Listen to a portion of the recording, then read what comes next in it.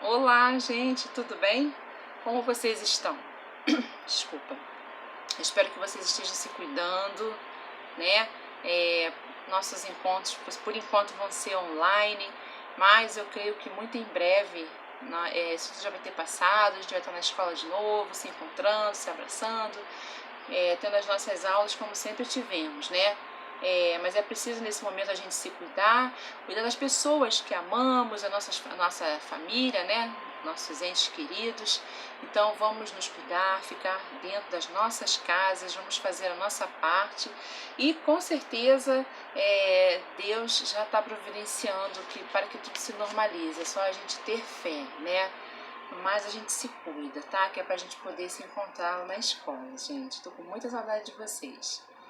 Olha, eu hoje vou entrar, não vai dar pra dar a matéria toda, mesmo porque essa matéria é longa, ela é ela não é difícil, tá? É uma matéria até interessantíssima, muito boa de se estudar. Ah, professora, tudo para você é legal, né?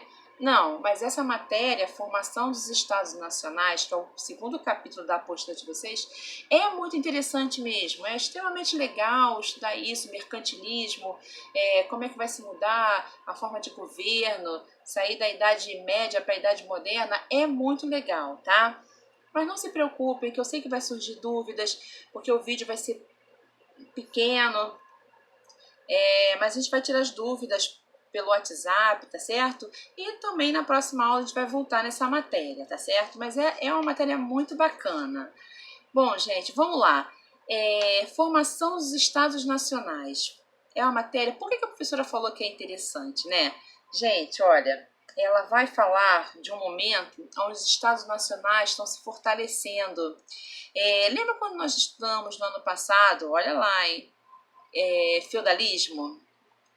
Bom, feudalismo, a gente estudou a importância dos feudos, Idade Média, tá? Onde a gente estava, era fortalecido o sistema feudal, ou seja, eu tenho a terra, coloco as pessoas para morar nos meus feudos. Lembra disso? A gente fazia um contrato de fidelidade, vassalo e suzerano. Estão lembrando dessa matéria? Então, você tem aí a importância dos feudos, né? Eu coloco para as pessoas dentro do meu feudo e eu tenho em troca a segurança, que eles servem de segurança para mim, enfim. E agora nós vamos ver o fortalecimento de um rei. Como? Quando o sistema feudal entra em colapso, na verdade, o rei vai começar a ser uma figura mais, sim, mais importante, mas também mais imponente, mais ativo dentro dessa formação dos Estados Nacionais. Porque agora você não vai ter mais feudo, você não tem mais a formação do feudo, né?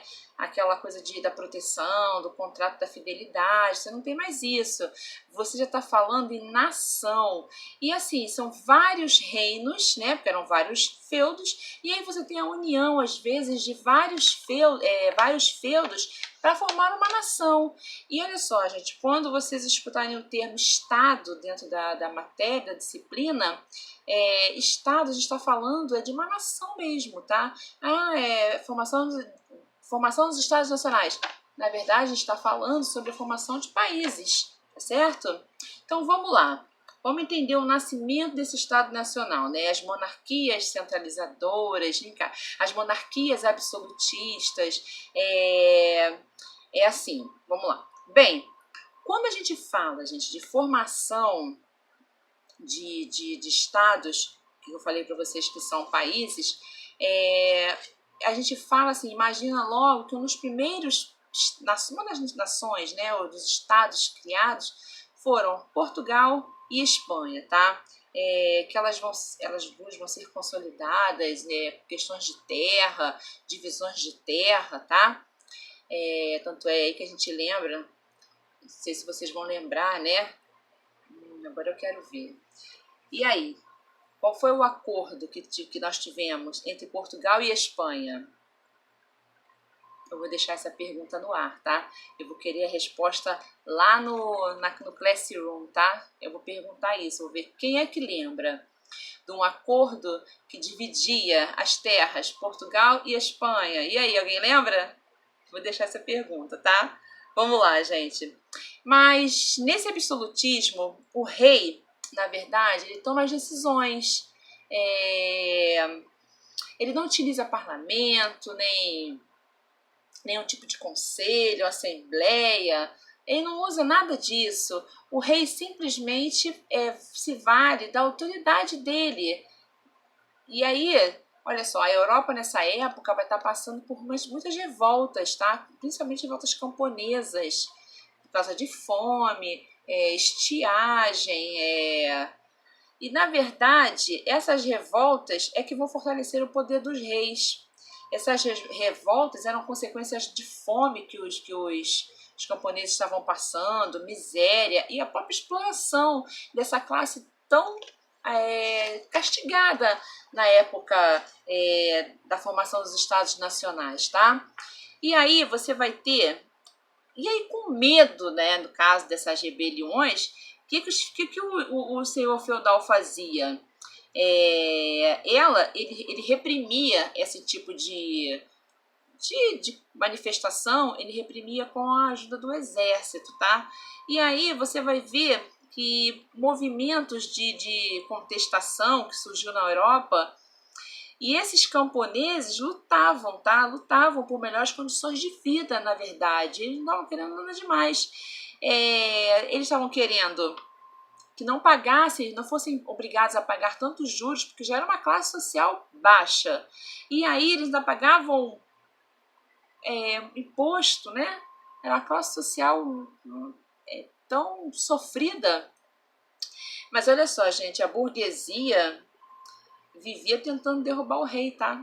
Vivia tentando derrubar o rei.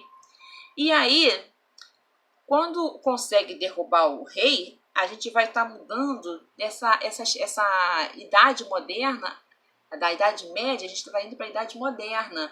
É uma questão histórica, né? E aí a gente vai estar mudando totalmente uma sociedade, um modo de vida, um modo de governar. O que muda? Não sei se vocês lembram, né? Que eu já deixei uma pergunta lá para vocês, tá? Do Acordo de Portugal e Espanha. Vou perguntar no Classroom amanhã.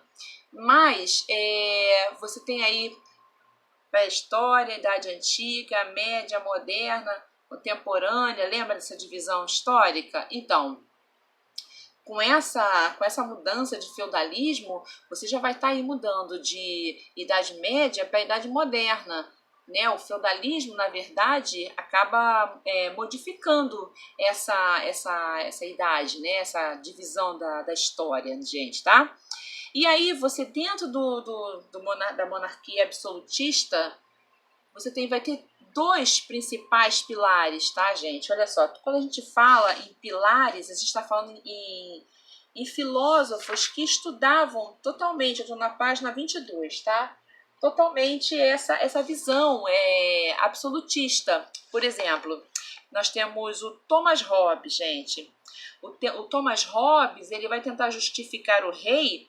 Como é que o rei chegou ao poder, né? Ele vai estimular, inclusive, o contrato social, ou seja, um contrato o contratado, o governante e os governados, enquanto os governados abdicam do seu direito de liberdade em favor dos governantes. É uma coisa assim meio doida, sabe? Mas é como se eu abdicasse da minha liberdade para, em troca, eu ter algum tipo de proteção. Aí o Estado me fornece esse tipo de proteção, tá?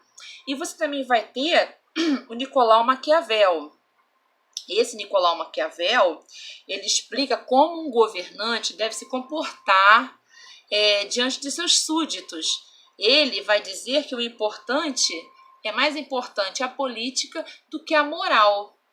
Só que ele vai de encontro à Igreja Católica, porque a Igreja Católica sempre vai valorizar a moral de uma pessoa. E Nicolau Maquiavel vai justamente de encontro a isso que a Igreja Católica falava, tá? Gente, eu só tô dando uma pincelada, tá? Mas a gente vai voltar nessa matéria, tá bom? Essa matéria ela é extensa.